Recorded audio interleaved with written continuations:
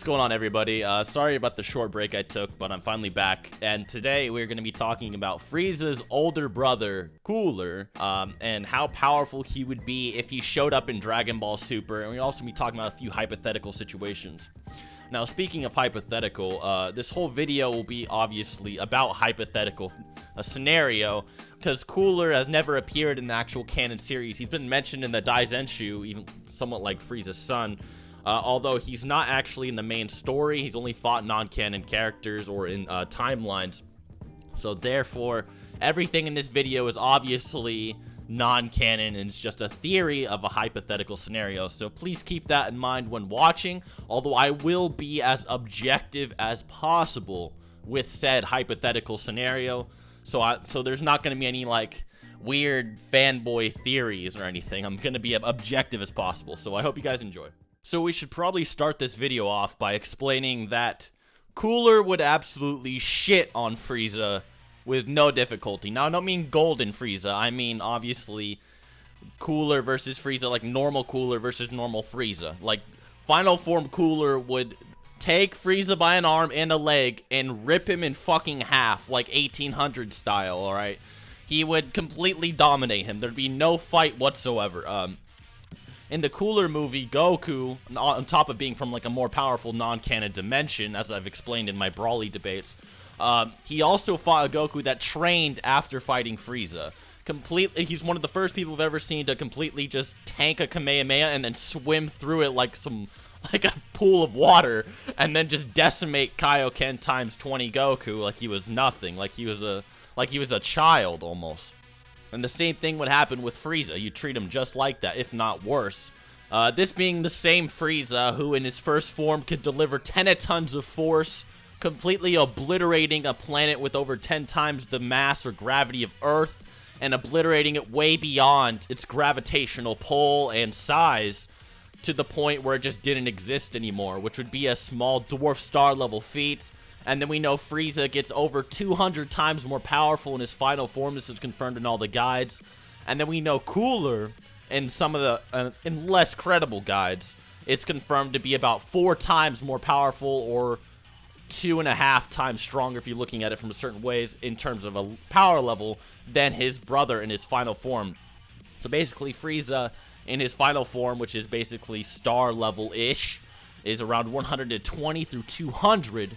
Whereas Cooler is looking more at the 470 range on a power scale. Now, the guide that made this is somewhat weird because it has like Super Gogeta at like 2.5 billion, which wouldn't really make sense in terms of a multiplier if Goku dominated a 470 million using Super Saiyan, and then you multiply that by like 8 times, Super Saiyan 3 Goku would be stronger than Super Gogeta using their logic.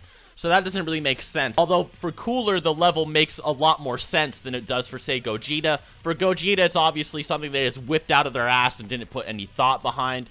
They didn't even use the official Toei multiplier. But for Cooler, like I said, it makes a lot more sense for him to be at that level. And it's all we know about the power difference between him and Frieza. So we are going to be using it in this video. Now, another interesting thing about Cooler that a lot of people don't actually know is that Cooler has inferior potential to Frieza. The entire reason that he unlocked his final form, or his ascended form, as the final form is more actually like a base form and the other forms are just their suppressed states, is that Cooler was always pegged behind Frieza. Frieza was always like a step ahead of him, kind of like Goku and Vegeta, you know, like Vegeta's like, oh, Kakarot, you're always one step ahead of me, kind of shit.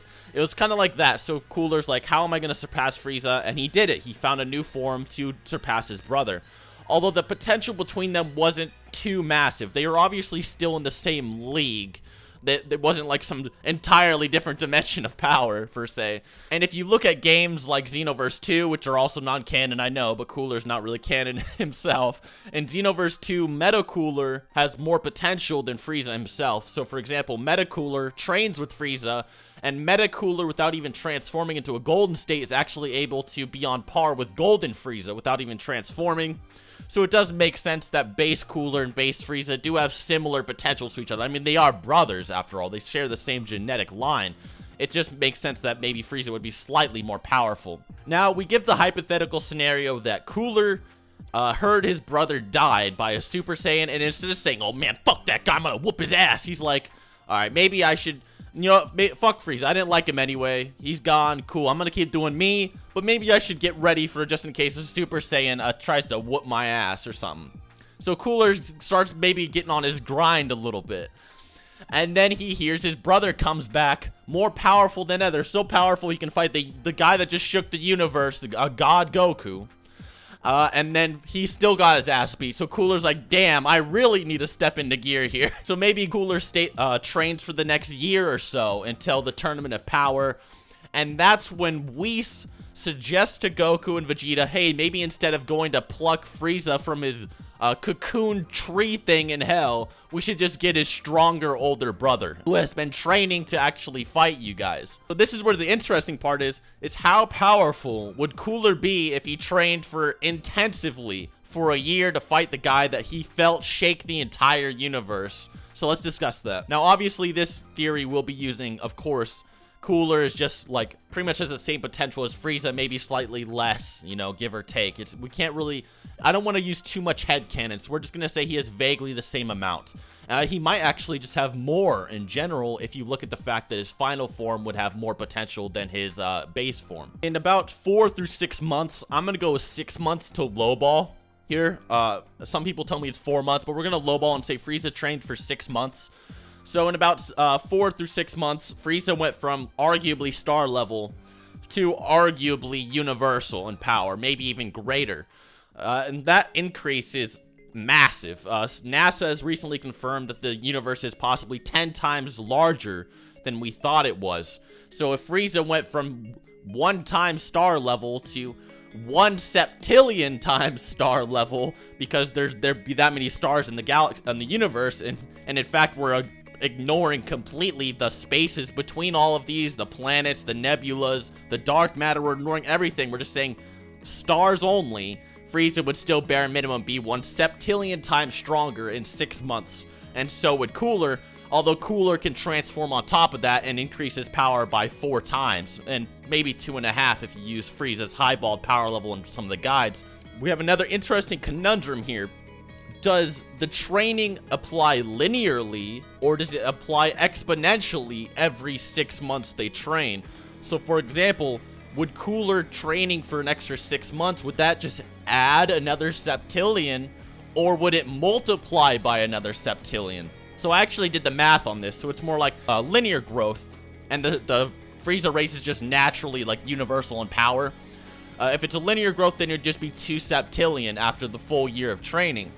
But if it was for a full exponential increase, then it would in fact be quindecillion. It would be a 1 quindecillion times increase, which is absolutely phenomenal. It'd be stronger than anything we've ever seen in the series so far, including Super Saiyan Blue Vegeta and then some. And then on top of that, he can just multiply that with his final ascended form. I want to hear your guys' opinion. Do you think the training just... Do you think the Frieza race is just naturally, like, somewhat, like, universal? So that's why they were, like, easily able to reach that power? Or do you think it's actually an exponential increase every time they train? And, of course, you have Metacooler. And Metacooler, if Metacooler can use his golden form on top of the Meta state, he'd basically be like the equivalent of a revival of Frieza era Vegeta, because his base form is stronger than Super Saiyan Blue, and then you'd stack Golden, which, as we know, has a higher multiplier than Super Saiyan Blue does by a good portion. So, he'd be stronger than even Super Saiyan Blue Vegeta, which is actually insane to think about as well. So no matter what, if Cooler came back and did any form of training like Frieza did, possibly greater because he'd have more time to get away with it, he would in fact be probably the most dominant force in Dragon Ball Super, said the Gods of Destruction and the Angels, because obviously we can't say how strong they are in Zeno and all that. We're talking about the normal fighters. So if he came back for the Tournament of Power, whooped in a year of training with his final form or metal form, he would absolutely kill everyone, no difficulty. Anyways, guys, hope you enjoyed. Hope you learned something. Until next time. Where's it at? Nah, don't. Where's it? Be gone!